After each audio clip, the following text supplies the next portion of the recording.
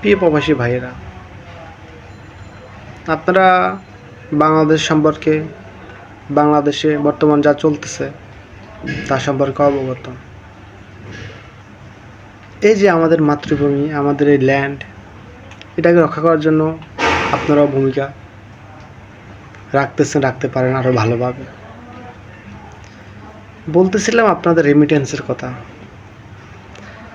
আপনারা যদি 2 মাস বা তার চেয়ে একটু বেশি সময় রেমিটেন্স দেয়া বন্ধ করে দেন, তাহলে সরকার যে অর্থনৈতিক চাপে আছে এটা আরও কঠিন আকারে পড়বে। একটি রাষ্ট্র চলে অর্থনীতি দিয়ে। একটা রাষ্ট্র, এরকম একটা ফ্যাসিজম, এরকম একটা সরকার, বল প্রয়োগকারী সরকার থাকেই এইভাবে টাকার মাধ্যমে। একে টাকা দেয়, ওকে টাকা দেয়, এভাবে একজন আরেকজনকে খুশি করে। তো এখন আপনারা যেই ডলার পান, এটা খুবই মূল্যবান সরকারের কাছে, স্বর্ণের চাইতে মূল্যবান। তো আপনাদের প্রতি আমাদের রিকোয়েস্ট, আমরা মুভমেন্ট করে যতটুকু সরকারকে ব্যাকফুটে নিতে পারবো, তার চাইতে আপনারা রেমিটেন্স বন্ধ করে কম না ততটুকু করতে পারবেন। তো সরকারের প্রতি আপনাদের দীর্ঘদিনের সরকারের প্রতি আপনাদের ক্ষোভ। তো আপনারা যদি সরকারকে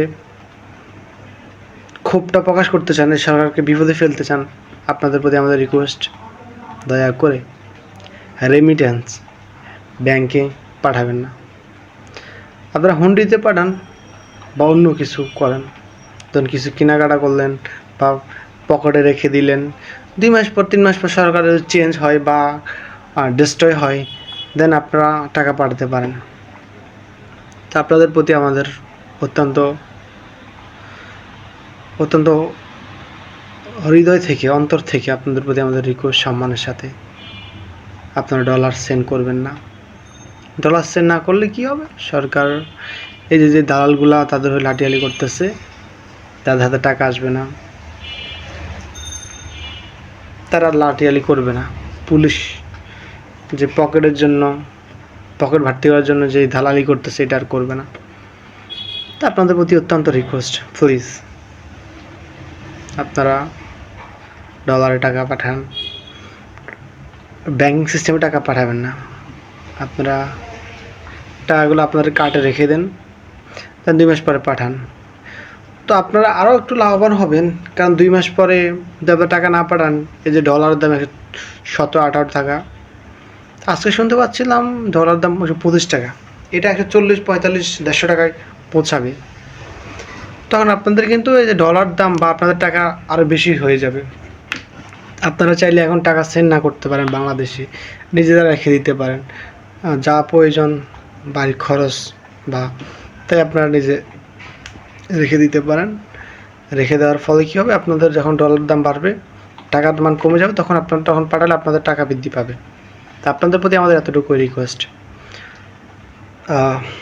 দেখতে পাচ্ছেন প্রতিদিন ডলার দাম বৃদ্ধি পাচ্ছে, টাকার মান কমে যাচ্ছে। সো আপনারা নৈতিকতার দিক থেকে হলো আপনাদের উচিত সরকারকে হেল্প না করা। আপনারা বিদেশে কত টাকার বিনিময়ে যান, যেখানে আমাদের পার্শ্ববর্তী ইন্ডিয়া, পাকিস্তান, ভুটান, এই দেশগুলোতে মাত্র 2 লাখ 2.5 লাখ টাকা দিয়ে আপনার সৌদি বা মধ্যপ্রাচ্যের মতো এসব দেশে যেতে পারতেছে। বাংলাদেশে 4 লাখ 5 লাখ 6 লাখ এত টাকা দিয়ে যাওয়া লাগে মাস্ট। পাসপোর্ট নিয়ে কত, সেটা আপনারা জানেনই, সেটা আপনারা জানেন। তো এটা সম্পর্কে আমাকে আর আপনাদের সঙ্গে বলতে হবে না। তো এত কিছুর পরে সরকার আপনাদের এত ক্ষতি করতেছে, আপনারা সরকার একটু চাপ দেন, সরকারের একটু ক্ষতি করার চেষ্টা করেন। ডলার না পাঠালে সরকার পড়ে যাবে। হয়তো আপনার ডলার পাঠালে তাড়াতাড়ি পড়বে, আর ডলার না পাঠালে একটু সময় লাগবে, সরকার এমনি পড়বে। তো কী হচ্ছে, আপনাদের প্রতি আমাদের রিকোয়েস্ট, আপনারা চাইলে ডলারগুলো সেভ করতে পারেন। তো আপনারা এখন হয়তো ডলার হাতে থাকলে আপনারা এটা সেটা কিনে খরচ করে ফেলতে পারেন, যেটা সেটা করে ফেলতে পারেন। না, এটা না করাই ভালো। আমার মনে হয় আপনারা মূল্যবান জিনিস কিনে রেখে দিতে পারেন বা কার্ডে টাকা রেখে দিতে পারেন। তাহলে কী হবে, একটা সময় যখন টাকার মান কমে যাবে, তখন ডলার দাম বৃদ্ধি হবে, তখন আপনাদের কী হবে, আহ, টাকা ধরুন তখন টাকার মান কমে গেলে আপনাদের 1 টাকায় 30-35 টাকা মিনিমাম পাবেন। তাই 2-4 মাসের ভিতরে ওটা হয়ে যাবে, আশা করি না বাট এটাই হবে। তো আপনাদের প্রতি আমাদের রিকোয়েস্ট, বিষয়টা গুরুত্ব সহকারে দেখবেন।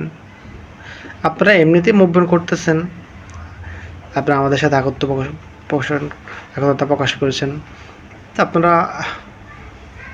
পৃথিবীর সাথে কানেক্টেড আছে, কিন্তু বাংলাদেশে মানে কানেক্টেড নাই। সবাই এটা বুঝতে পারে সক্ষম, সবাই জানতে পেরেছে।